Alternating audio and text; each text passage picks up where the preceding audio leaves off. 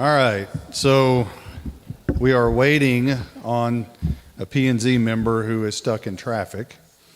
So we're gonna, before we start the P&Z meeting, we're gonna delay for approximately 30 minutes.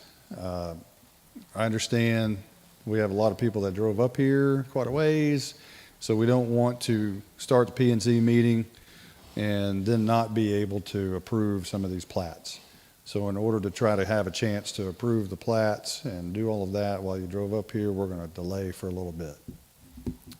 Yes, sir. We start ours, get done, but we need to get the department reports and all that stuff, and then pause. Well, yes, but we wouldn't be able to do the action item for the plats. So yes, we could do that. We wouldn't be able to. You could, yes, you could. We could do that. Let's do that. That way, we're not just wasting. Okay. And then I'll just call a recess. Let's do that. Okay.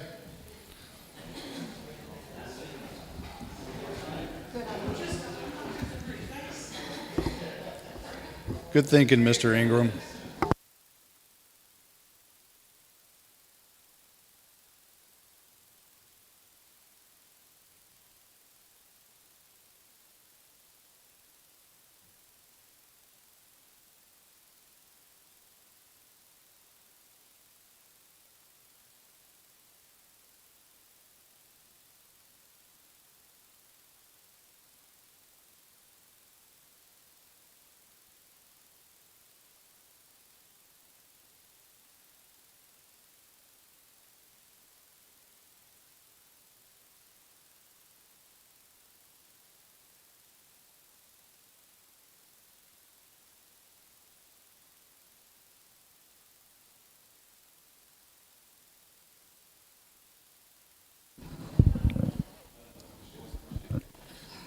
Should they go back to Monday through Thursdays? I'm not going back. I told them, like I was telling Myers, why are we not going to 3 shifts right now?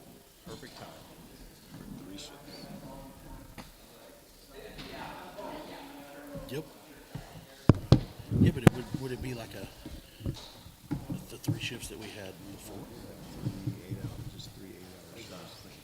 I think we do like a first, 6th. Did you ever work our schedule? Yeah, up the street. The Monday through Thursday? It was a day and night, Monday through Thursday. And then Monty, are we ready? goodness. Okay. Monday through Thursday, 5 to 5. And then Friday, Saturday, Sunday, 5 to 5. There was one weekend shift that worked Friday, Saturday, Sunday. Good evening. There being a quorum present, this regular session of the Howe City Council, we are hereby called to order on Tuesday, February 10, 2026, and the time is 6:09 p.m. under the Open Meetings Act. Just so you know, P&Z member just sent me a text saying he's on his way. All right. If you will, please remove your hats and silence your cell phones. And let's stand for our prayer and pledges led by Councilman Billy Ingram. Heavenly Father, thank you for this day. Thank you for getting us relatively unscathed through that winter storm. Be with us as we make the decisions for this city through a spirit of brotherhood and growth. Be with us as we carry on in our personal lives. Thank you for sending your son to die on the cross for our sins. Everything in your name. Amen. Amen. And now for our pledge the American flag. I pledge allegiance to the flag of the United States of America and to the republic for which it stands, one nation, under God, indivisible, with liberty and justice for all. And now for the Texas flag. I honor the Texas flag. Pledge allegiance to thee, Texas, one state, under God, one and indivisible. Thank you. Please be seated. Not turned the right way. I saw it and I was like, oh, no.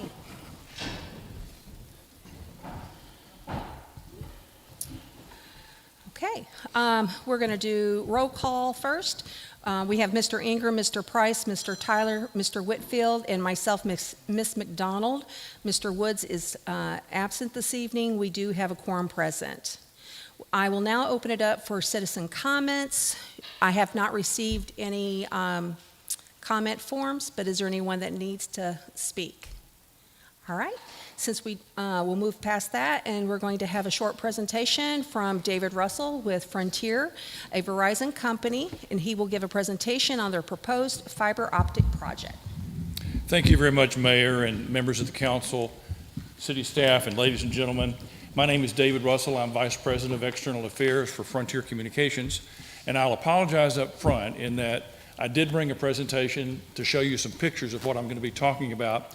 Unfortunately, the format of my presentation is not compatible with the monitor, so you're just going to have to look at me. So I apologize for that. But I live in Keller, Texas, which is about 30 minutes north of Fort Worth. And probably none of you know this, but in 2004, 22 years ago, Keller was the very first city, not just in Texas, but in the United States, to have fiber optic cables taken throughout the entire community to all the residents. Very first city, and because at that time I was Verizon's Vice President of External Affairs, and I was responsible for doing a lot of what I'm doing now, trying to explain the technology to people who really hadn't heard of it before back 22 years ago. My home was one of the very first to get it. So I'm one of the most experienced people in having this technology in my home that you'll find anywhere in the United States. And that's what I'm going to talk to you about a little bit this evening. We met with Mr. Walker back in November to make him aware that we were going to be bringing this technology to your community, and to share with him details about our plans and our timelines, and also to check with him to make sure if there are any local ordinances that we need to be aware of, to make sure we don't run into any conflict with what we're doing here in the community. And I also want to make the point that this is not a grant program. There's no tax dollars involved here. This is private capital that we've raised in the equity markets that we're investing in your community to provide this technology. Now, we know other companies are getting into this field as well. And as you heard when the mayor introduced me, what goes around comes around. I now work for Verizon again because Verizon sold their properties, their wireline properties in Texas and a number of other states 10 years ago to Frontier. But because Frontier got so aggressive about implementing the fiber optic technology, Verizon decided to buy us back, and they paid twice what they got for it 10 years ago. They think it's a pretty good investment, and I hope you'll agree with me when I finish my presentation that you think it is as well. So first I want to talk a little bit about the fiber optic technology, not knowing obviously what anybody's background has, but the fiber optics is ultra pure glass in hair thin strands that are extremely light, and we use high intensity lasers to shoot the communications data through the glass on the different wavelengths of the light spectrum. That's how we can pack so much data into such a small filament like that, is we actually use the colors of the wavelengths of light to be able to pack data on each layer like that. 50 years ago, we would have just called that magic. But there's nothing that will ever go faster, according to science, than the speed of light. So this technology is the best technology, the best physics that you can possibly have to have high-speed data communications. Now, it will not replace the existing copper network that has been in place for decades. We have to get permission from the Federal Communications Commission to do that. And they haven't signed off on that because we still have customers who are on that copper network, and they will be able to stay on that copper network if they choose to do that. Some people don't like change. A lot of them have my hair color. And so if those folks want to stay with it, but we hope that once they find out how fantastic this technology is, they'll migrate over time, and we'll eventually be able to take down the copper network. But for now, we're going to, where it's aerial cable, we're going to overlash the fiber onto the aerial cable.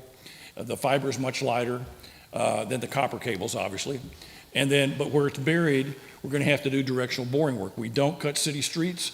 We don't do open trenching or anything like that. And we all operate in the public right-of-way. We're certificated at the state level, so we have the right to be in the right-of-way, and that's where we can find our construction. Now, if as we go down the city streets, if someone wants to subscribe, we'll come back and run a much smaller fiber optic cable, we call it a drop cable, that will go to their house, and that'll be on private property. But otherwise, everything that we do, and that's with the permission of the property owner, everything else we do will operate in the right of way. The new network will provide broadband speeds today of up to 7 gigabits per second. Now, if you don't deal with technology a lot, and we talk about megabits or gigabits, what's the difference? What's one over the other one? So I decided to try to convert that to something that we would understand, a comparison we'd understand a little bit better. So if a computer bit, one bit of computer information, that could be voice communications, it could be computer data, it could be video entertainment.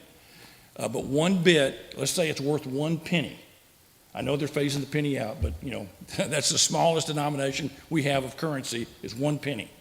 If you get 1 megabit of data, that many pennies would be worth $10,000. Okay, that's a lot of pennies, right? But if you get 1 gigabit of data, it would be $10 million. That's how much faster gigabit speed is to megabit speed, just some comparisons there. Now, the other thing is that once we build this network, we already know that technology does not stand still. We're saying speeds of 7 gigabits today, but we already know that all we'll have to do is make some modifications to our switching center here in town, and we can provide speeds up to 10 gigabits when that becomes commercially viable, when people want that kind of speed. But in our laboratories, we've tested speeds of up to 100 gigabits per second, which is insanely fast. Nobody needs that today, but again, technology will not stand still. But we won't have to build this network again. It'll be in place. It's very robust, and it's also easier to maintain than the copper network because there's no electricity on the fiber. Copper is a conductive metal, and there's a little electric current on the copper. And so if you have, the ice storm that we had 2 weeks ago, if that had been worse and we'd had tree limbs come down on the copper and it had brought power lines down, well, the electricity in the power lines can interfere with the communications of the copper network. It will not affect the fiber network at all because glass is not conductive. Also, it doesn't react to moisture. If the insulation on copper cable gets nicked because somebody was digging or something, and moisture gets in that insulation underneath there, it can cause static on the communications line and eventually can interrupt service completely. That won't happen with fiber. So it's a lot more stable, it's a lot easier to maintain. I've had it at my house, like I said, for 22 years. I've never had a problem with it. I've never had an outage of any kind. So it's very stable and very reliable. Now, the fiber that we run down the neighborhood, again, when somebody subscribes, we run a fiber to the house. Again, I had a picture of this. I can't show it to you, but it connects to a box, an optical network terminal, ONT. It's about 12-inch square gray box that goes on the side of the house. I've got one just outside of my garage. And so the drop line goes into that. If there's aerial cable nearby, we'll run an aerial drop. But if it's buried cable, we'll do a buried drop to the house. And then the fiber in that box connects to a router device inside the house that we provide as part of the service. And then that router is what the resident would use to access the broadband network. Now you can plug into that router with an Ethernet cable to provide a wireline connection, but more commonly, you're going to use the Wi-Fi network that router creates inside the home that will connect with all your devices. And that's part of the issue today is it's not just your computer, your laptop, your tablet, or your phone. It's your washing machine, your refrigerator. All your devices are coming now with chips embedded in them that want to access that Wi-Fi network, which is why you need more bandwidth inside your home. So this network will definitely take care of that. And that's whether it's voice communications, it's your computer communications, or it's streaming services that you want to subscribe to for video entertainment services. So with some networks that people provide, the broadband speed that you get is shared with your neighbors.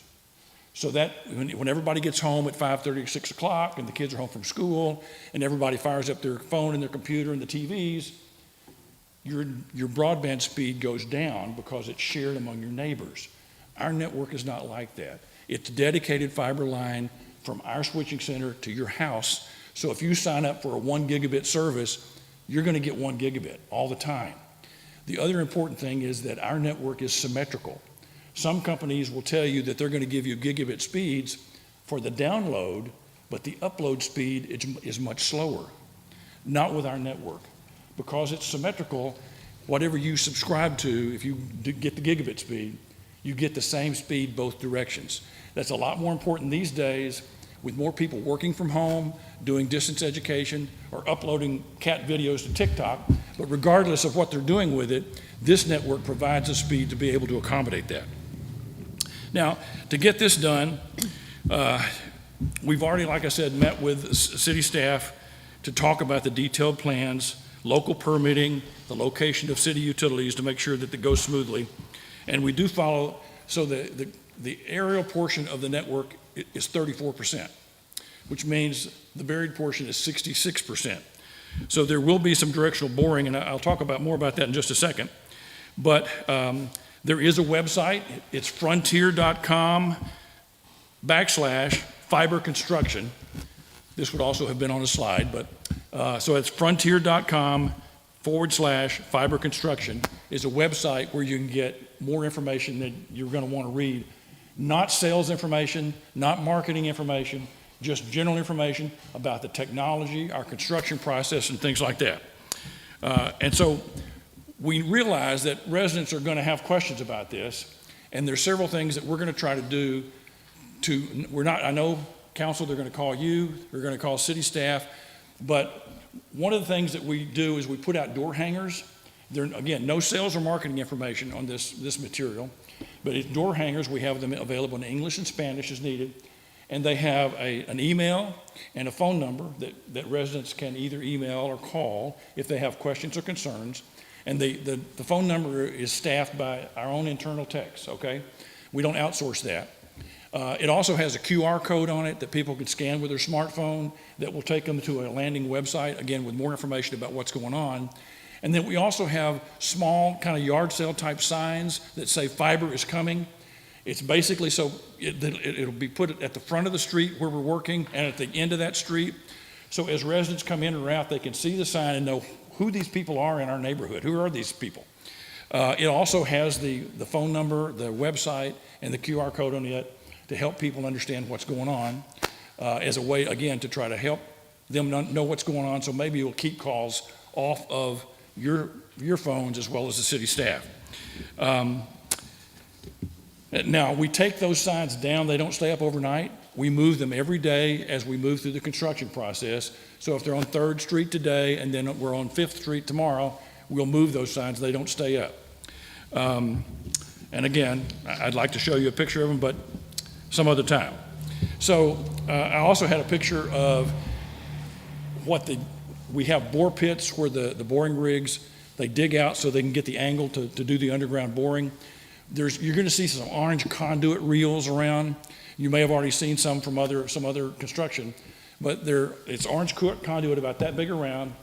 And so we pull the orange conduit through the bore holes underground, and we do the depth. We work with the city to make sure we avoid city utilities so that we pull that conduit through, and then we pull the much smaller fiber optic cables through the conduit.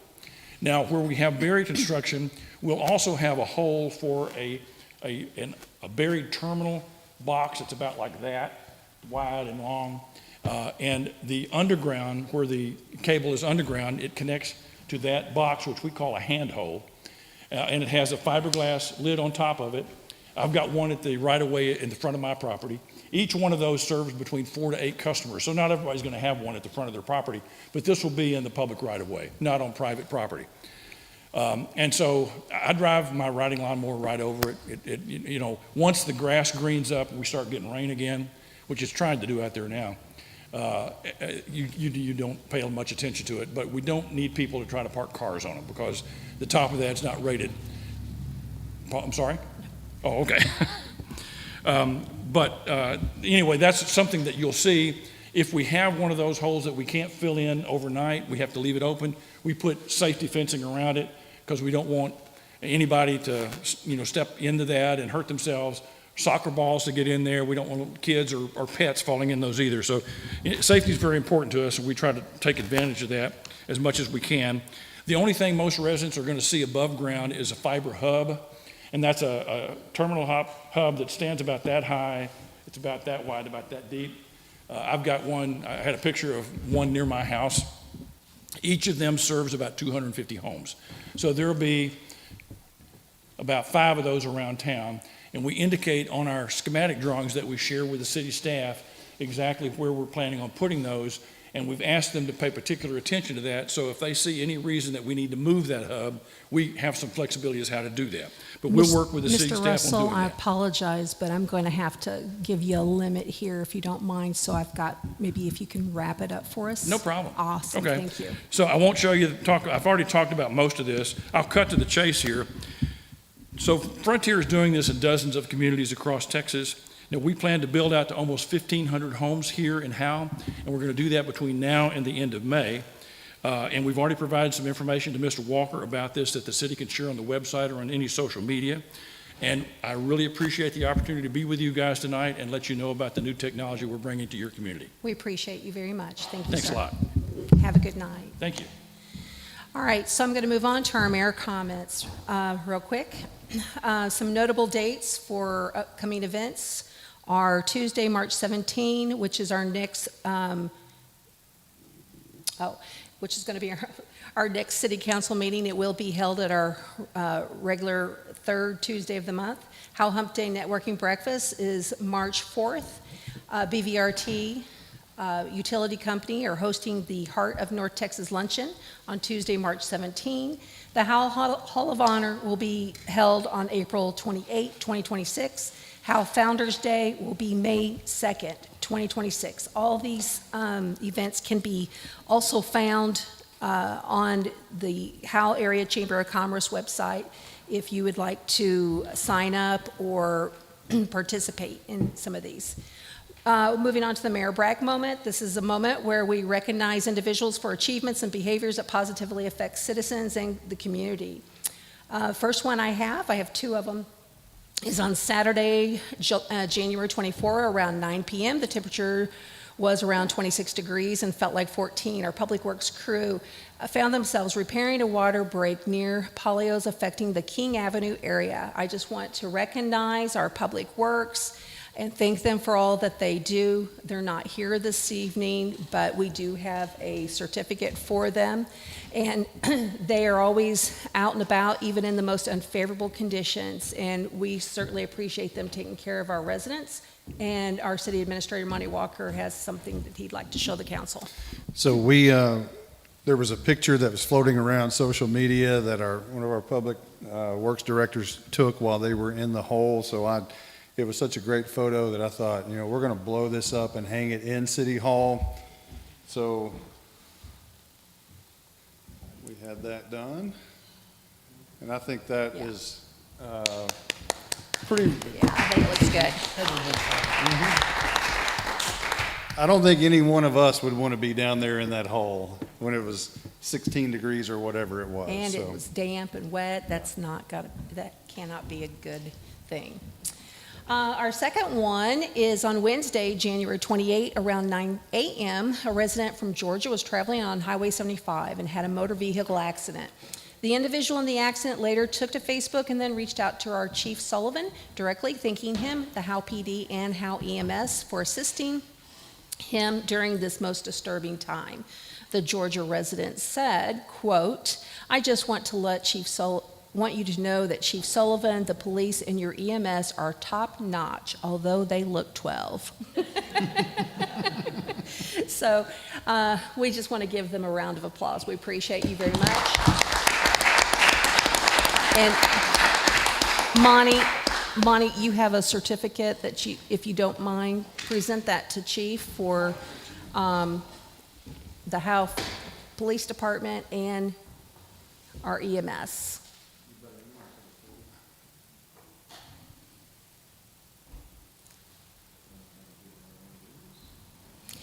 There's nothing wrong with looking 12, just wanted to say.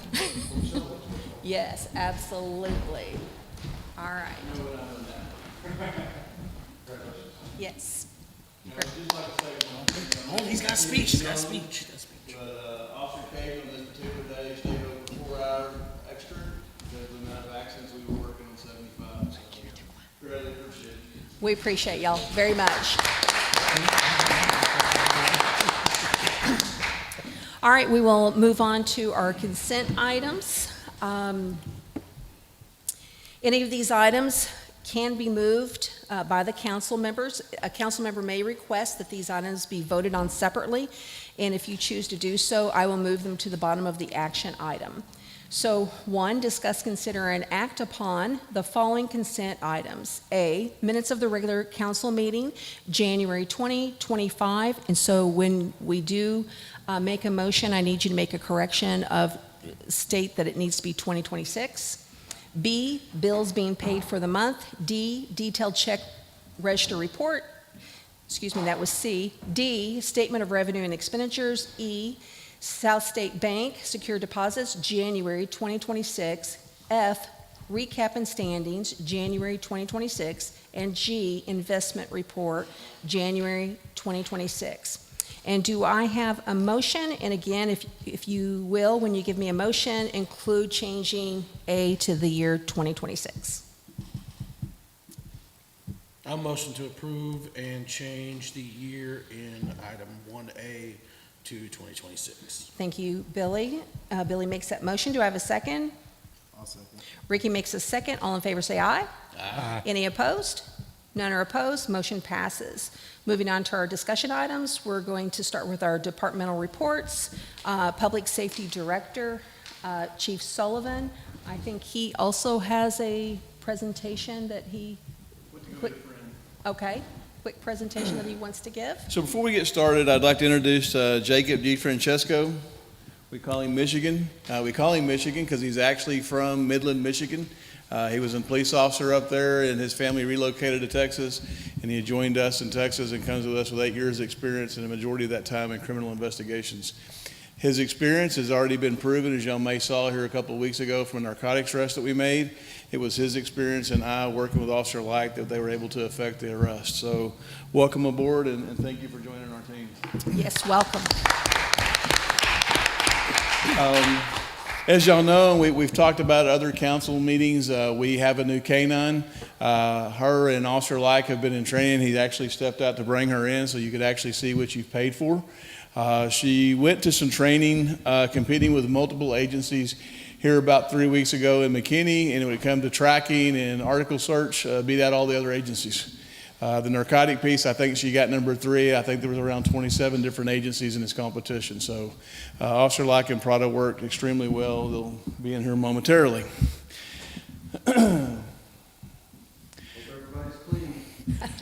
As she sits, we will have a discussion after the council meeting.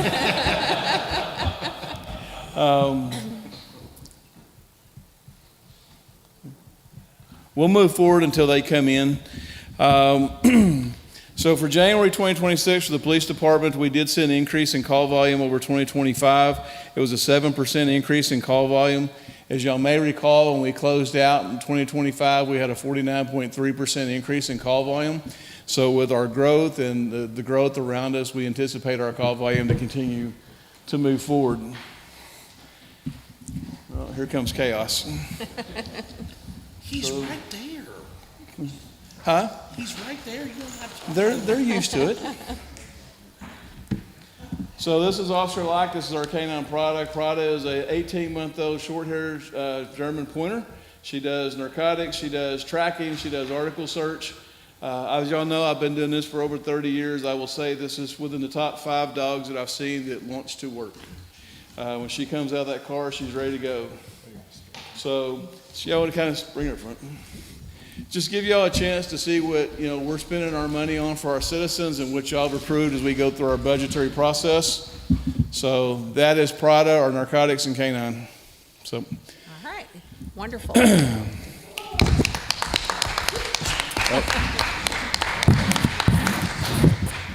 Thank you, Officer Like. During the January, or the storm we had the last week in January, we had 8 accidents just that week alone. For the month, we worked 10. That week for us was very busy. It was all hands on deck. Obviously, we endured overtime to make sure we had adequate personnel, including myself. As you learned, I do learn that this ice is still very slick. We did get some different shoes to put on our boots. to alleviate some sliding and walking around. We conducted 150 hours of in-service training. Most of that training was bringing Officer DeFrancesco on board. As y'all know, we have a very in-depth training program for those who come on board. Let's see here. Code enforcement, Officer McFadden worked 11 new cases. We did 3 follow-up cases. I think I shared with you our last council meeting, we had 1 code enforcement that issued a citation that was postponed till March because Officer McFadden has been in crime prevention school. So as I have shared with you all over a couple of council meetings, that is a 3-pronged school put on by the Plano Police Department. Once he completes that, then we will be able to start holding different events for our citizens of hopes of getting them discounts on their insurance along with our business owners. On the fire department side, EMS responded to 62 calls for service. 10 of those were motor vehicle accidents, 8 during the ice week. We had 8 fires within the city, 4 with outside the city, and we had 4 assist agencies, both those being Van Alstyne and Tom Bean. We have 1 paramedic that has resigned, so we're in the process of recruiting for a new paramedic. The fire department conducted 40 hours of training. We have 1 fleet that was in the shop that actually came back today. An evaluation of our fleet with our ambulances. We're going to do some things differently in how we have these repaired and serviced. So I may come back to you with a different kind of report and kind of give you some updating when we're out with that. That's all I have. Any questions or comments from the city council? Thank you, sir. Appreciate you very much. We're going to finish up our departmental reports and then we'll take a recess. City Secretary, Ms. Hewitt.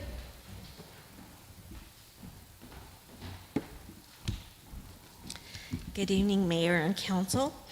We are adding code enforcement to our fund view for Officer McFadden to use.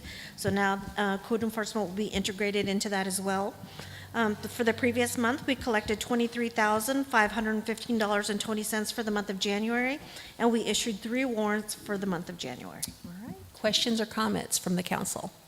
Thank you. All right. Thank you, ma'am. All right, Mr. Walker, City Administrator, who will also speak on Public Works.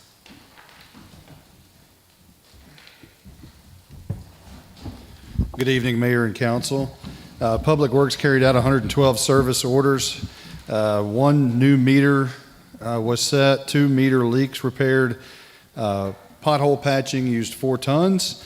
1 water main leak was repaired, 8 disconnections for move-outs. They put a lot of ice melt to prepare for the ice storm. They spent 45 hours doing that, and 5 sewer main backups, 84 hours on wells sampling and reporting, 8 hours assisting with water leaks, 12 hours prepping for the ice storm, 24 hours flushing, 36 hours on assist with water loss logs, and water meter sizing and classification. We're working on gathering all of our water meter sizing. So that's going to be, that's a big project they're working on. Also, they're working tomorrow very diligently on a fire hydrant on Duke Street that they'll be tackling that. I got a report a moment ago that they thought they had it fixed in January, but apparently it needs more attention. We'll get that corrected. As far as the city administrator report, not much has changed on the development side in 3 weeks since we last met. So I'll kind of skip that part of it. We do have the Taco Bell 7-Eleven preliminary plat tonight once we resume with P&Z, and then it'll resume with you guys and girls. We've got our certificate of occupancy for KK Building Supply done, so that is pretty exciting. EDC still under contract, meeting next Monday night to continue with Project Hotel. We did learn that there are 2 downtown buildings on the market, and hoping to get some sales tax out of those once they change hands. We had the big, huge street project passed by the council last month, so I appreciate that. And that's really all I'll kind of hit on at this point. The chamber has a lot going on. We had a great Howe Hump Day at Sutton Flats. That's the new apartments out there on the Ponderosa Point. And they're also going to have a ribbon cutting coming up in March, so we'll do that as well. Utilities billing for the month, $258,874, so just about right on pace. Any questions? Council, questions or comments? Thank you. Thank you, sir. Appreciate it. So we're now going to take a recess, and the time is, so we can pause and let the P&Z meet. So the time is 6:41 p.m.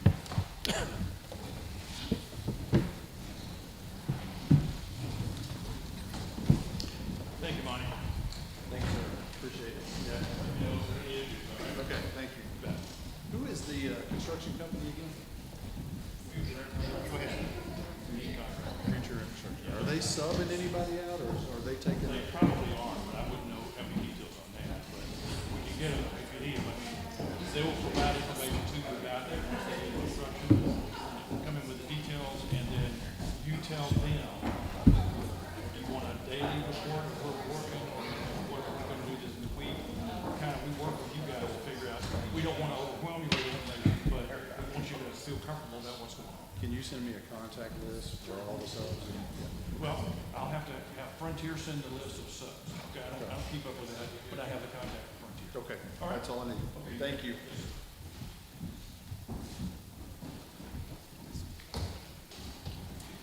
Okay, quorum now being present, I'm gonna go ahead and call, the Howe Planning and Zoning meeting to order at 6:43. Do I have anyone here from the public that would like to make a comment? No? Okay, all right.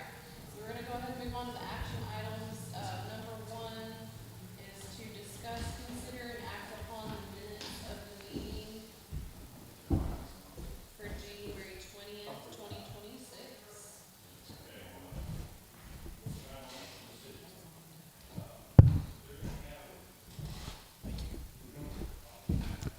All right, so do I have a motion?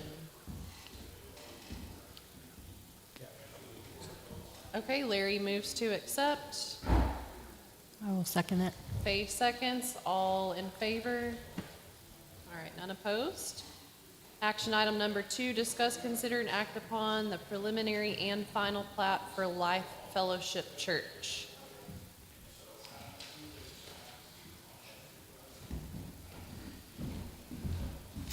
P&Z Board. We've been working diligently with that group and the P&Z, the Life Fellowship Church representatives are here if you have any questions. The engineer has reviewed the preliminary and final plat. Some changes were sent back and forth, and we're comfortable now presenting this, and the engineer has no objection to the preliminary and final plat.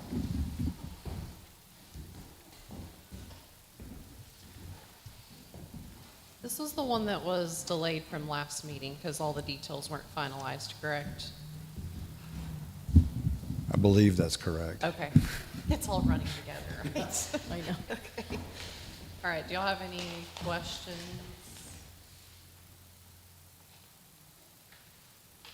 No? No. Motion? I move that we accept. All right, Larry moves to accept the preliminary and final plat. I will second that motion. Faith seconding, all in favor? All right, none opposed. Action item number 3, discuss, consider, and act upon the preliminary plat for Ponderosa Point, Block A, Lot 3. This is the preliminary plat, which means a final plat will come at a later time. Our engineer has no objections to this at this point. This is for Blue Spruce Market, and that's kind of a retail strip center along Ponderosa.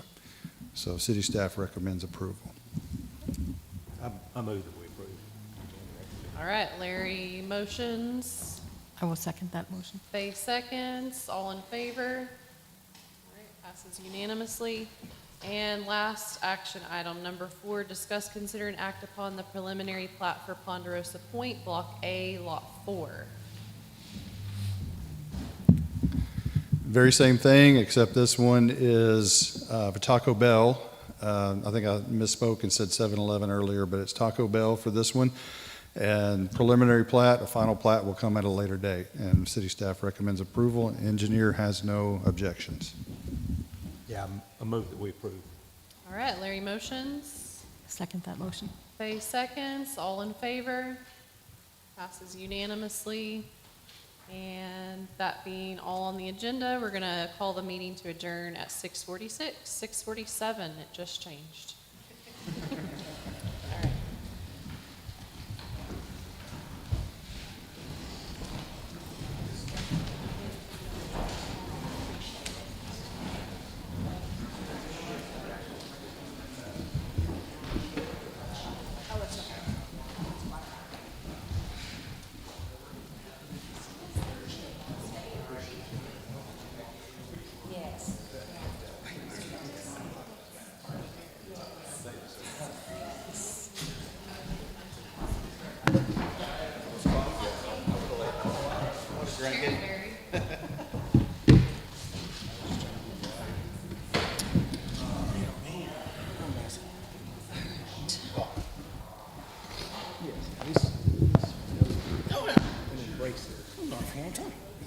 It's the other people that don't know and have to find that out. Did we lose that? Oh.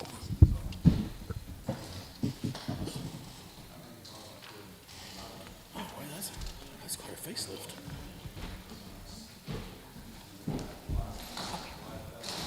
Dollar style.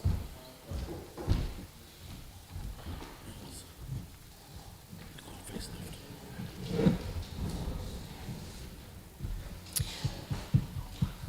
Okay, we are now going to return to open session and resume our city council meeting, and the time is 6:48 p.m. Moving on to our action items.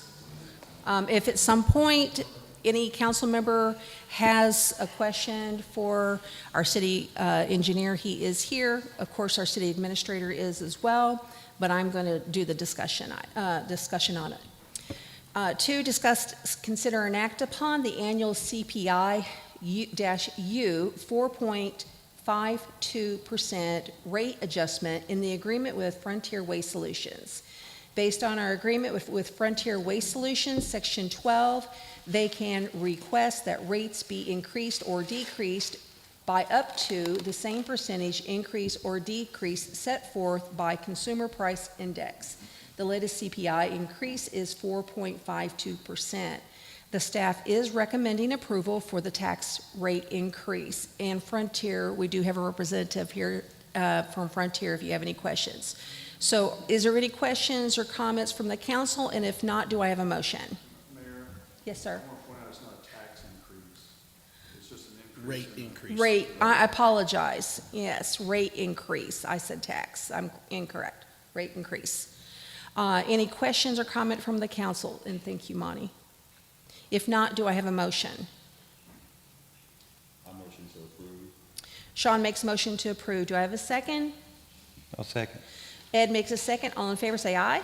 Aye. Any opposed? None are opposed. Motion passes. 3, discuss, consider, and act upon the preliminary and final plat for Life Fellowship.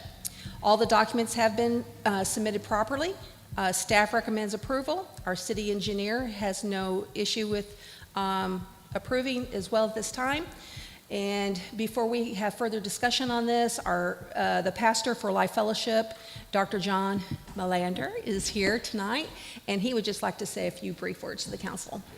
I'll keep it short. Thank you all for letting me come up here and speak with you. From Life Fellowship, I've been a pastor out there for 10 years. We have an amazing church that just loves the community.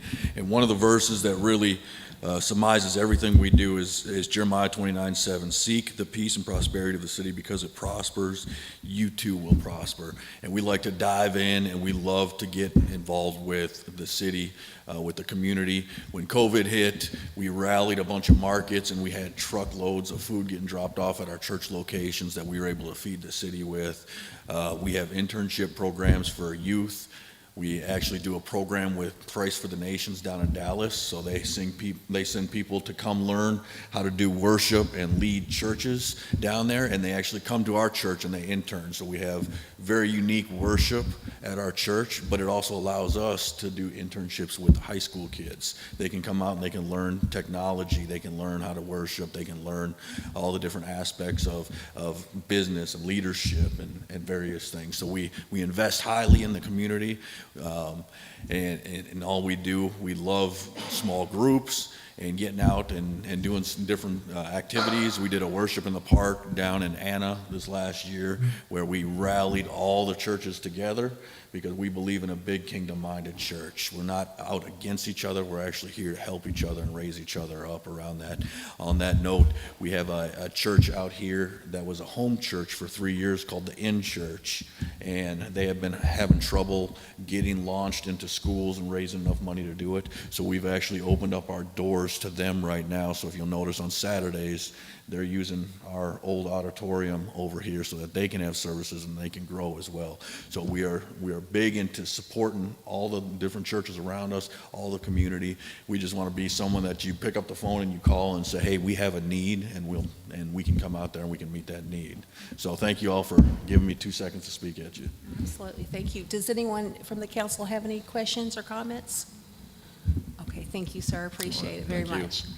All right, for the council, there is a photo there. If you want to look, you can keep that down there. They've got one, okay, of what the church will look like. Does the council wish to discuss this item any further with anyone?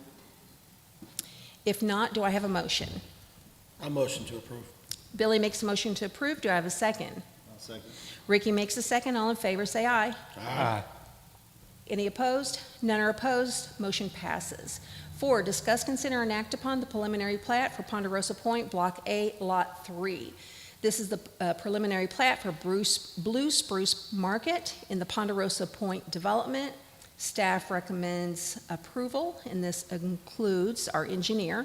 Does the council wish to further discuss this item, and if not, do I have a motion? I'll make a motion to approve. Ricky makes a motion to approve. Do I have a second? I'll second.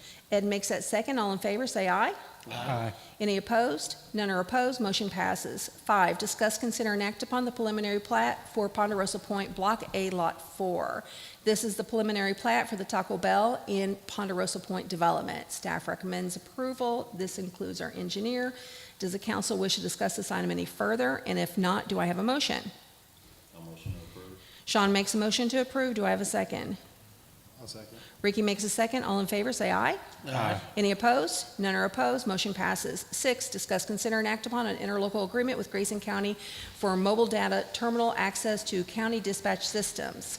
This interlocal agreement makes it easier for our police dispatching system. Staff recommends approval. Does the council wish to discuss this item any further? And if not, do I have a motion? I'll make a motion to approve. Ricky makes a motion to approve. Do I have a second? Chief, this will make your life easier.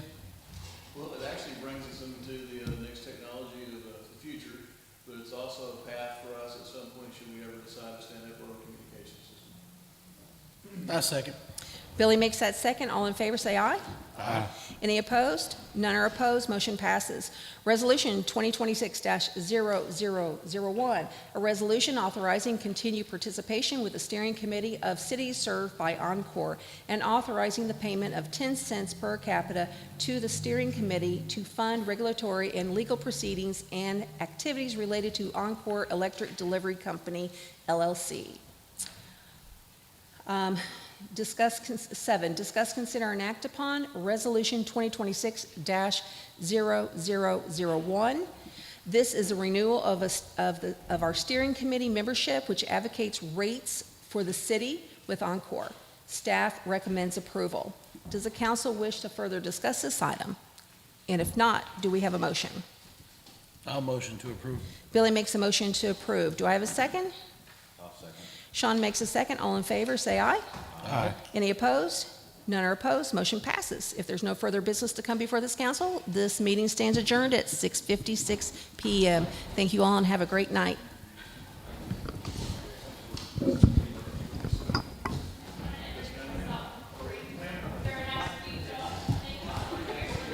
I'm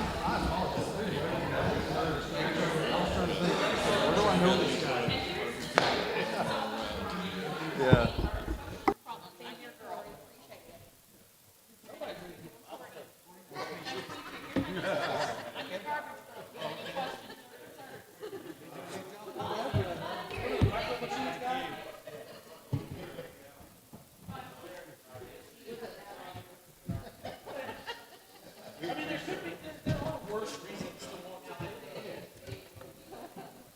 All right, y'all have a great night. Thank you. I'm gonna head out.